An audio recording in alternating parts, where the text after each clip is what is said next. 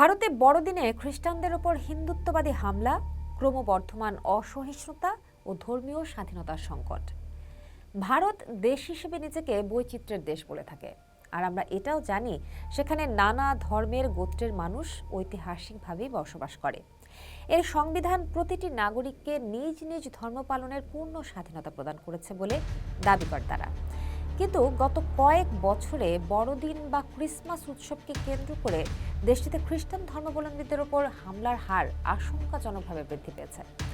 বিশেষ করে কট্টরপন্থী হিন্দুত্ববাদী সংগঠনগুলোর মাধ্যমে প্রার্থনা সভা ভণ্ডুল, চার্চ ভাঙচুর এবং যাজকদের লাঞ্ছিত করার ঘটনাগুলো এখন যেন নিয়মিত বিষয়ে পরিণত হয়েছে।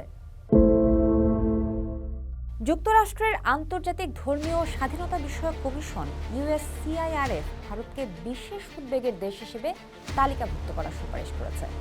তারা মনে করে ভারতে বর্তমানে ধর্মীয় সংখ্যালঘুদের মৌলিক অধিকার চরম ঝুঁকির মুখে। 2025 সালের সাম্প্রতিক ঘটনাবলী বিশ্লেষণ করলে দেখা যায় এই সহিংসতা কেবল ক্রমবর্ধমান নয়, বরং এটি একটি সংগঠিত রূপ নিয়েছে।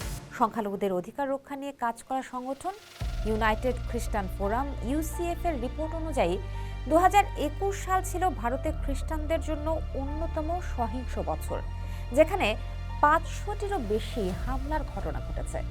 এই ধারা 2023 সালে অব্যাহত ছিল, তবে 2025 সালের চিত্র আরও ভয়াবহ। UCF এর তথ্য অনুসারে 2024 সালের তুলনায় 2025 সালে বড়দিনের সময় সহিংসতার হার প্রায় 15% বৃদ্ধি পেয়েছে। শুধুমাত্র 25শে ডিসেম্বর এবং তার আগের রাতে ভারতের বিভিন্ন প্রদেশে 30টিরও বেশি বড় ধরনের হামলার ঘটনা নথিভুক্ত করা হয়েছে। আমরা বিভিন্ন প্রদেশে বিভিন্ন বছরে ঘটে যাওয়া ঘটনার দিকে একটু তাকাই। 1.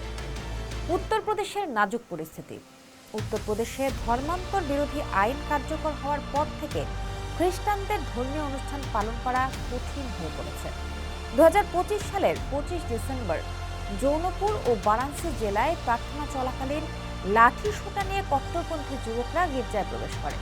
তারা যিশুর ছবি ভাঙচুর করে এবং পুণ্যার্থীদের এলাকা ছাড়তে বাধ্য করে। এর আগে 2021 সালেও আগ্রায় সান্তা ক্লজের পুষ্পপুতলিকা দাহ করে বিক্ষোভ জানানো হয়েছিল। উভয় ক্ষেত্রেই দেখা গেছে পুলিশ হামলাকারীদের বিরুদ্ধে ব্যবস্থা না নিয়ে উল্টো যাজকদের জিজ্ঞাসাবাদের জন্য থানায় নিয়ে গেছে। 2. ছত্তিশগড়ের আদিবাসী খ্রিস্টানদের ওপর আক্রমণ। ছত্তিশগড়ের বস্তার, নারায়ণপুর ও কোন্ডাগাঁও জেলায় আদিবাসী খ্রিস্টানরা ধারাবাহিক আক্রমণের শিকার। 2025 সালের বড়দিনে বস্তারের একটি গ্রামে ঘরোয়া উৎসব পালনকালেও হামলা চালানো হয়েছিল, যাতে অন্তত 10 জন গুরুতর আহত হন। হামলাকারীদের দাবি, তারা আদিবাসী সংস্কৃতি রক্ষায় এই বিদেশি ধর্ম পালন করতে দেবে না। 2022 সালেও এই অঞ্চলে কয়েকশো খ্রিস্টানকে তাদের পৈতৃক ভিটা থেকে তাড়িয়ে দেওয়ার ঘটনা ঘটেছিল। 3. মধ্যপ্রদেশ ও কর্ণাটকের শিক্ষা প্রতিষ্ঠানে হানা। 2025 সালে মধ্যপ্রদেশের সাগর জেলায় একটি মিশনারি স্কুলে বড়দিনের নাটক চলাকালীন উগ্রপন্থীরা মঞ্চে উঠে জয় শ্রীরাম স্লোগান দিয়ে অনুষ্ঠান বন্ধ করে দেয়। কর্ণাটকেও একই চিত্র দেখা গেছে। 2021 সালে মান্ডা জেলায় একটি কনভেন্ট স্কুলে যিশুর মূর্তি ভাঙচুর করা হয়েছিল।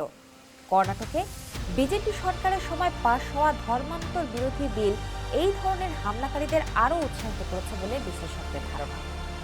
4. হরিয়ানা ও রাজস্থানে উৎসব ভণ্ডুল। হরিয়ানার আম্বালায় 2021 সালে ব্রিটিশ আমলের একটি চার্চে হামলা চালানো হয়। 2025 সালে গুরুগ্রামে বড়দিনের মেলা চলাকালীন স্টল ভাঙচুর এবং সান্তা ক্লজের পোশাক পরা ব্যক্তিকে লাঞ্ছিত করার ঘটনাও ঘটে। কট্টরপন্থীদের দাবি, উপহারের মাধ্যমে হিন্দু শিশুদের মন বিষিয়ে দেওয়া হচ্ছে। হিন্দুত্ববাদী গোষ্ঠীগুলো প্রতিটি হামলার ক্ষেত্রেই একটি কমন অজুহাত ব্যবহার করে: জোরপূর্বক ধর্মান্তর। উত্তরপ্রদেশ, মধ্যপ্রদেশ এবং কর্ণাটকের মতো রাজ্যগুলোতে কার্যকর হওয়া কঠোর ধর্মান্তর বিরোধী আইনগুলো কট্টরপন্থীদের হাতে এক প্রকার আইনি রক্ষা কবচ হিসেবে কাজ করছে। এই আইনগুলোর মাধ্যমে যে কোনো ধর্মীয় সমাবেশকে অবৈধ ধর্মান্তরের প্রচেষ্টা হিসেবে তকমা দেওয়াটা সহজ হয়ে পড়েছে। সমালোচকদের মতে এই আইনগুলো ধর্মীয় স্বাধীনতার রক্ষার বদলে সংখ্যালঘুদের দমনে হাতিয়ারে পরিণত হয়েছে। বিভিন্ন আন্তর্জাতিক ও জাতীয় সংবাদ মাধ্যম যেমন BBC, আল জাজিরা এবং ভারতের দ্য ওয়ার্ডের প্রতিবেদনে উঠে এসেছে যে হামলার সময় পুলিশ প্রায়ই নীরব দর্শকের ভূমিকা পালন করে।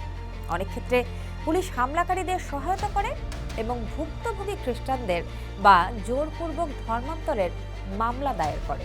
2025 সালের বড়দিনে উত্তরপ্রদেশ ও ছত্তিশগড়ের ঘটনাগুলোতে পুলিশের এই একপাক্ষিক ভূমিকা স্পষ্টভাবে ফুটে উঠেছে। 2025 সালের এই সহিংস ঘটনাগুলোকে অ্যামনেস্টি ইন্টারন্যাশনাল এবং হিউম্যান রাইটস ওয়াচ ভারতের ধর্মনিরপেক্ষ কাঠামোর ওপর আঘাত হিসেবে বর্ণনা করেছে। বড়দিন বিশ্বজুড়ে শান্তি ও সম্প্রীতির বার্তা দিলেও ভারতের বর্তমান রাজনৈতিক প্রেক্ষাপটে এটি সংখ্যালঘুদের জন্য একটি ভীতিকর অভিজ্ঞতায় পরিণত হয়েছে। সংবিধানের 25 নম্বর অনুচ্ছেদ অনুযায়ী প্রত্যেক নাগরিকের নিজ ধর্ম প্রচার ও পালনের অধিকার থাকলেও মাঠ পর্যায়ে কট্টরপন্থীদের দাপট সেই অধিকারকে খর্ব করছে।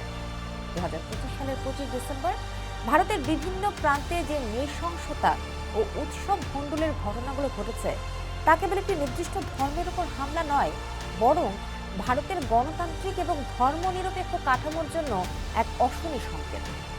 এই ধরনের ক্রমবর্ধমান অসহিষ্ণুতা যদি এখনই রোধ করা না হয়, তবে ভবিষ্যতে ভারতের সামাজিক স্থিতিশীলতা মারাত্মক হুমকির মুখে পড়বে। গণমাধ্যমের এইসব খবর বিশ্লেষণ আমরা যখন করি, সেটা সতর্কতা ও প্রতিকারের জন্য করি। ভারতের এইসব ঘটনা বিজেপি সরকার কতটা বিবেচনায় নিচ্ছে সেটাই বড় প্রশ্ন। কারণ তাদের নিজেদের বিরুদ্ধে রয়েছে হিন্দুত্ববাদী রাজনীতির বড় অভিযোগ। এইসব ঘটনার ফলাফল নানাভাবে আঞ্চলিক রাজনীতিতেও প্রভাব পড়ে। তাই এই সহিংসতার বিরুদ্ধে একটি রাজনৈতিক ও নাগরিক সতর্কতা ভীষণ জরুরি। পোস্ট দেখুন, ভাবুন, করুন, থাকুন পোস্টের সাথেই।